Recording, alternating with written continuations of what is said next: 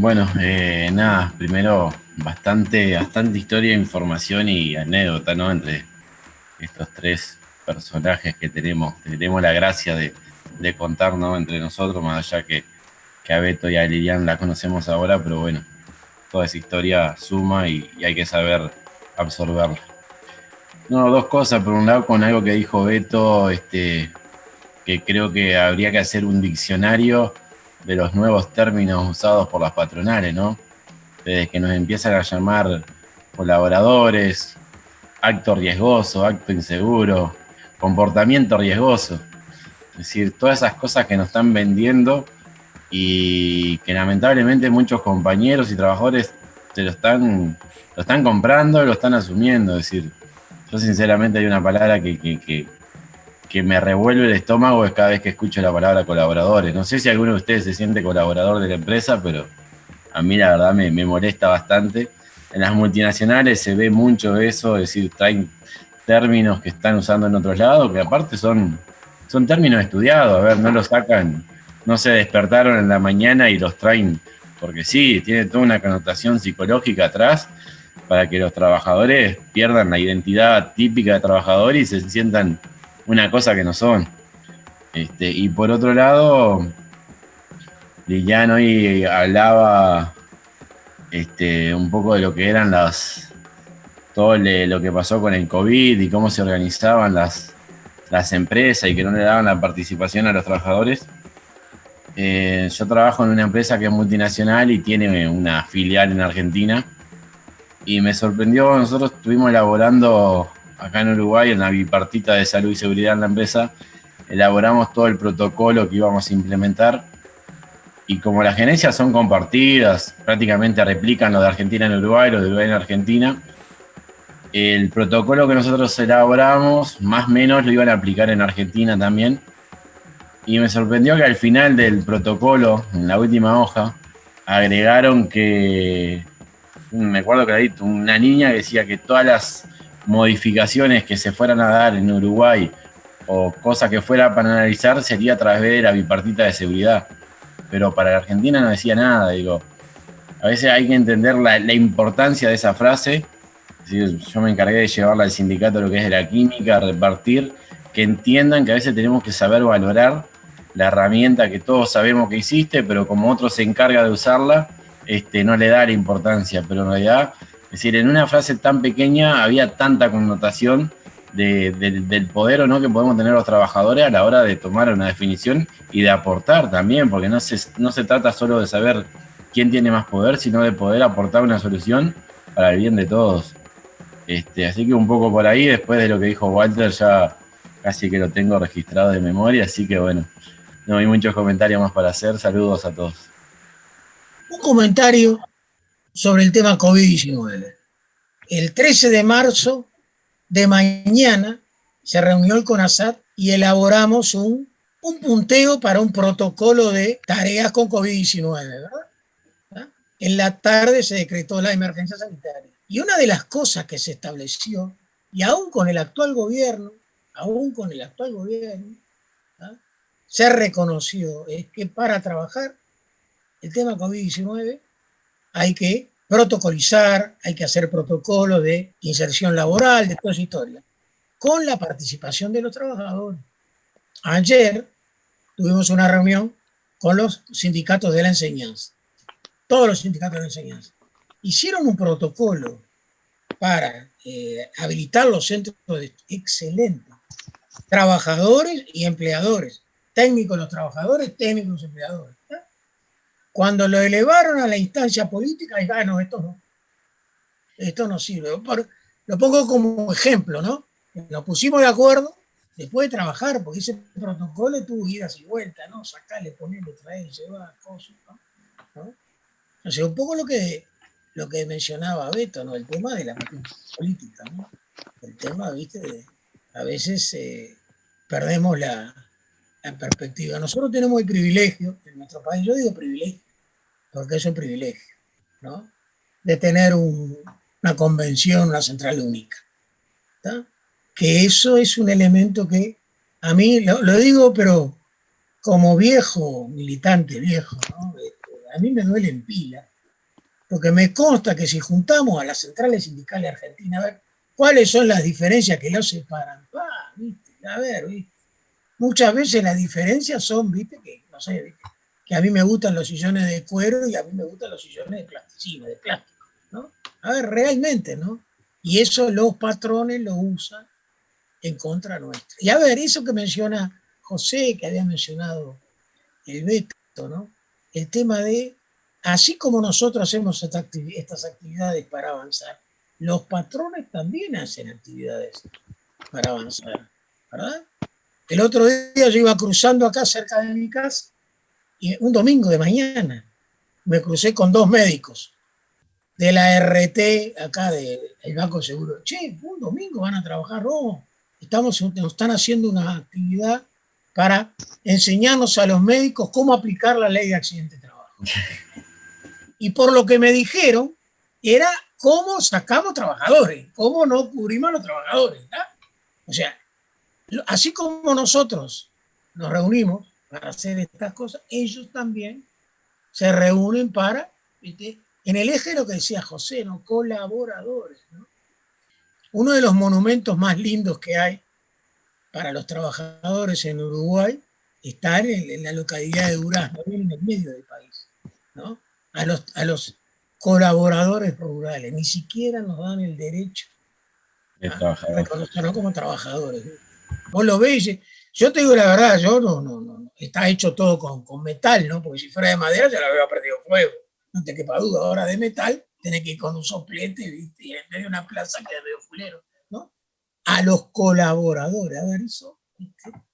Tampoco lo hicieron de cobre o de bronce, si no ya no estaba.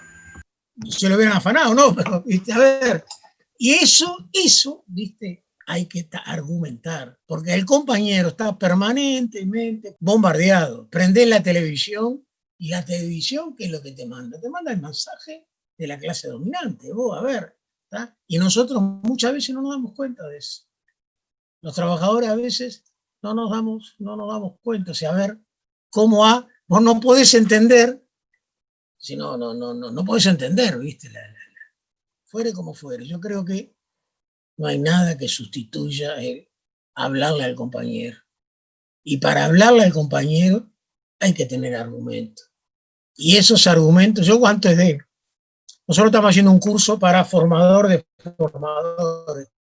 Terrible curso, ¿no? Una cosa, bueno, José y Teresa lo hicieron, no sé si aprendieron algo, pero se divirtieron como locos.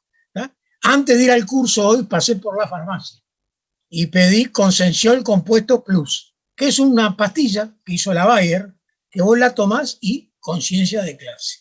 Enseguida, enseguida, ¿viste? Acumulás 150 años de décadas de experiencia sindical y proletaria y toda esa historia. Eso no existe. ¿Tá? Y eso es una de las terribles limitaciones que tenemos en el movimiento sindical nuestro. ¿Tá? Yo lo veo en todos lados, ¿no? La necesidad de capacitar y formar compañeros. Porque muchas veces, vos decías, José, los colaboradores, muchos compañeros se la creen, vos, pero ¿por qué no se la creen? Porque no tienen una referencia. No sé si llegaste, en la tele había una propaganda de estos servicios de acompañante, donde decía, estamos llenos de colaboradores. Es decir, ya te lo metían hasta ahí, hasta en las propagandas te lo metían. A ver, pero es normal, vivo en una sociedad capitalista, ya está, es así. No es ellos hacen lo que tienen que hacer. Son lógicos, son coherentes, son científicos. Nosotros muchas veces no lo hacemos, ¿verdad? Muchas veces lo que no me parece coherente es que donde vos te tenés que ganar la vida la tengas que perder. Eso sí no me parece. Bueno, uno va a trabajar para ganarse la vida y a veces las condiciones tan paupérrimas, esclavizantes que hace esta gente llega al costo de la vida del trabajador. Porque se pone otro, no hay problema. La valoración de capitalismo es así. Pero miralo de la perspectiva de los derechos. Declaración Universal de los Derechos Humanos, 1948. Gozar de un estado de salud pleno es un derecho humano fundamental. Gozar de un trabajo digno es un derecho humano fundamental. O sea, por ejercer un derecho humano fundamental, estropeás menoscabar o destruir otro derecho humano fundamental. Mirá por ese lado, ¿no? Y bueno, ahí podemos hablar, ¿viste? ¿Ah? Horas de eso, ¿no?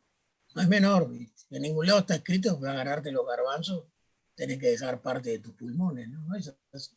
Pero es la lógica del capital, ¿no? Es así. Vos, a ver, me regalaron para mi cumpleaños un libro que se llama Hambre, de Caparrós, un periodista argentino.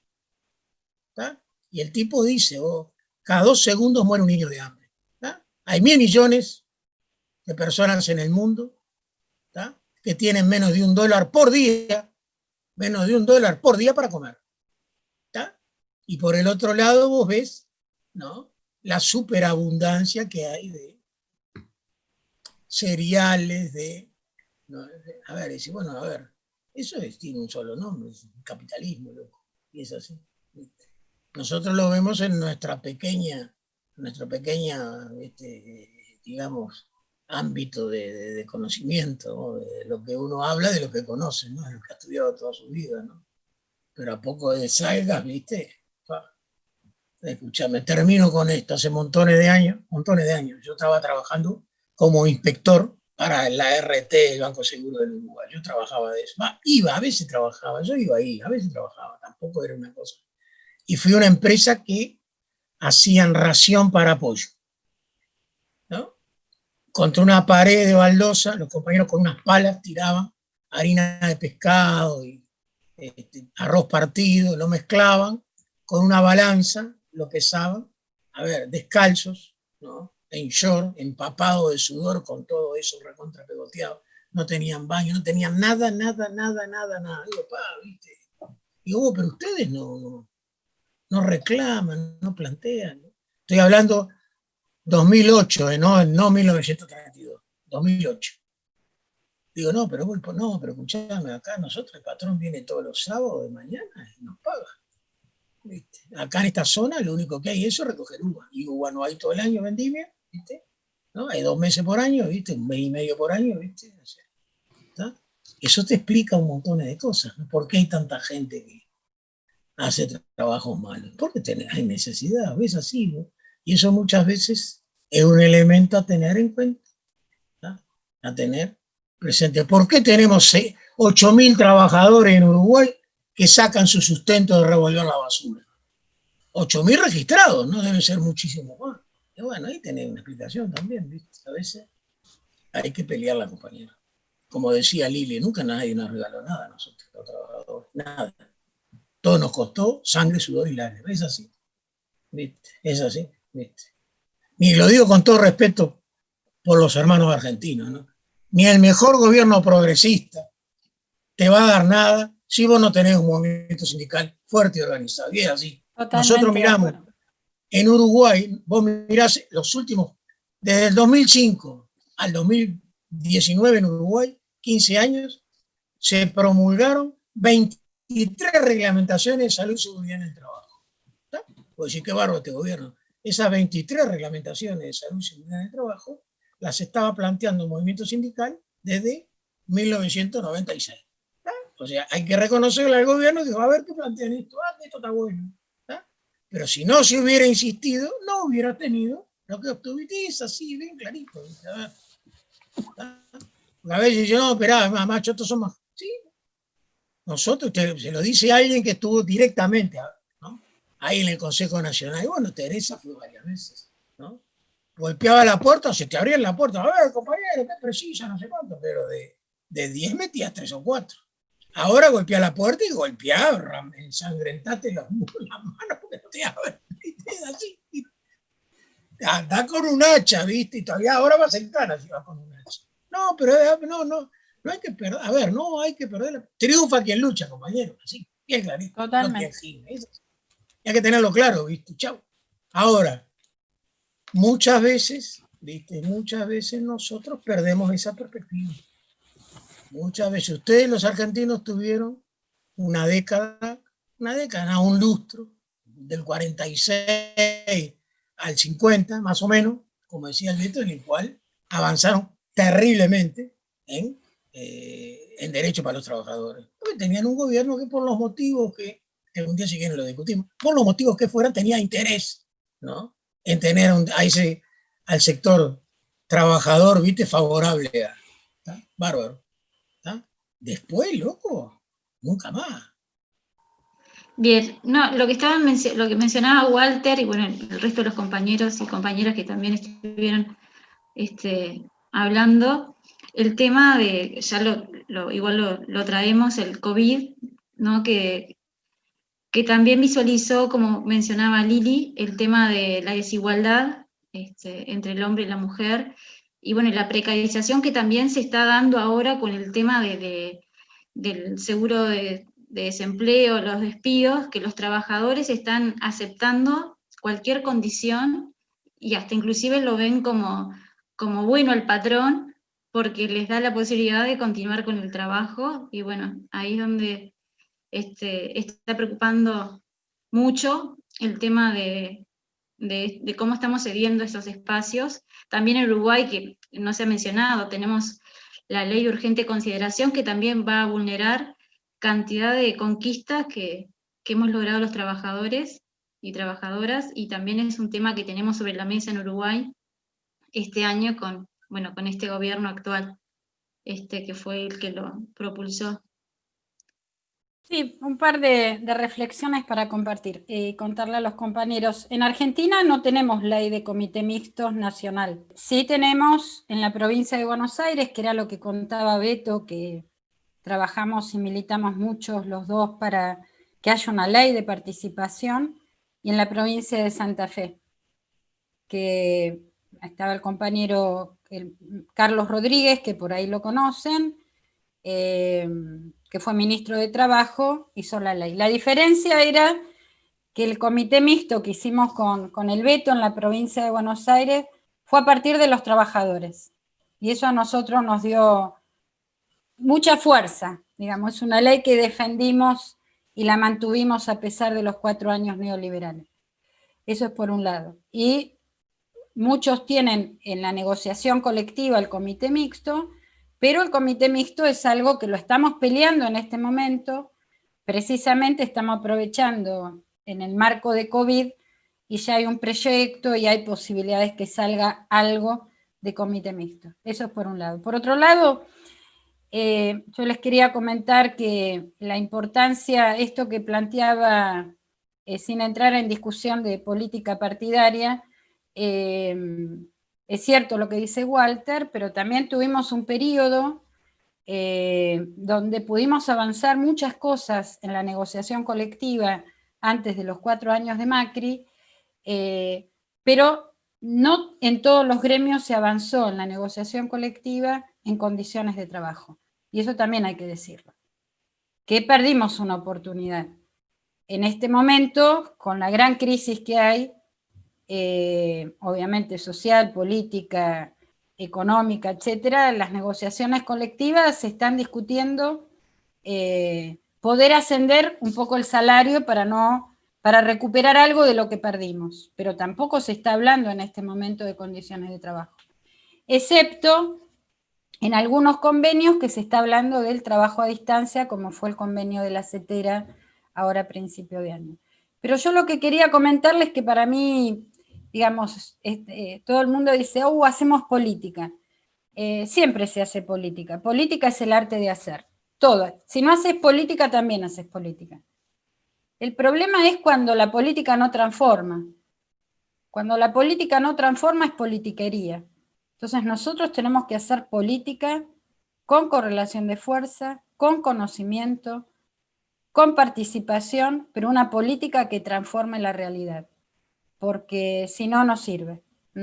Y muchas veces los compañeros no la ven, o propios y extraños, en esto estamos todos en el mismo barco. Así que lo que decían los compañeros es esto, es tomar la conciencia de clase, discutirla, y plantearle a los compañeros que hay herramientas bien políticas para transformar la realidad. Porque el capital, no pensemos que la pospandemia vamos a tener una sociedad más justa, equitativa y solidaria. De ninguna manera. Siguen ganando muchísimo dinero a pesar de la pandemia. Es decir, que el hilo siempre se corta por lo más delgado. Sí. Esto del Zoom y la presencialidad que marcaba Walter. En la presencialidad a veces se consigue en los talleres cosas que es mucho más difícil conseguirla en la virtualidad. Por ejemplo, cuando armamos los talleres y los compañeros los dividimos en grupos y uno comenta el lugar donde trabaja y en conjunto se hace el mapa de riesgo y la crítica a cómo se trabaja, siempre es muy maravilloso ver cuando los compañeros explican, el compañero que explicó dónde trabajaba dice, yo no me daba cuenta que trabajaba en semejante despelote y que tenía tanto riesgo. Ese hecho cuando pasa, ese abrirse la cabeza, que pasa en los talleres, la verdad que es maravilloso y se consigue con lo que decía Walter, con la presencialidad, porque hay otra cosa que pasa ahí que es muy difícil conseguirlo en virtualidad porque necesitas demasiada abstracción, no sé, es otra cosa. Por eso creo que añoramos volver a la presencialidad, aunque la virtualidad nos trae una herramienta muy importante para hacer cosas a la distancia, que si no sería muy difícil hacerlas, aunque necesitamos extraerlo para hacerlo. Como esta jornada de hoy que compartimos, si no, algunos tienen que viajar mucho, y seguramente el encuentro sería más productivo aún que el que lo ha sido hoy. Pero bueno, también es cierto que podemos aumentar la frecuencia y es el desafío que debemos tomar de aumentar la frecuencia de estos encuentros e intercambiar opiniones, experiencias y lo que pensamos de nuestra realidad y las cosas que hacemos para intentar transformarlas. Así que ha sido un gustazo compartir con nuevos y viejos militantes la jornada de hoy.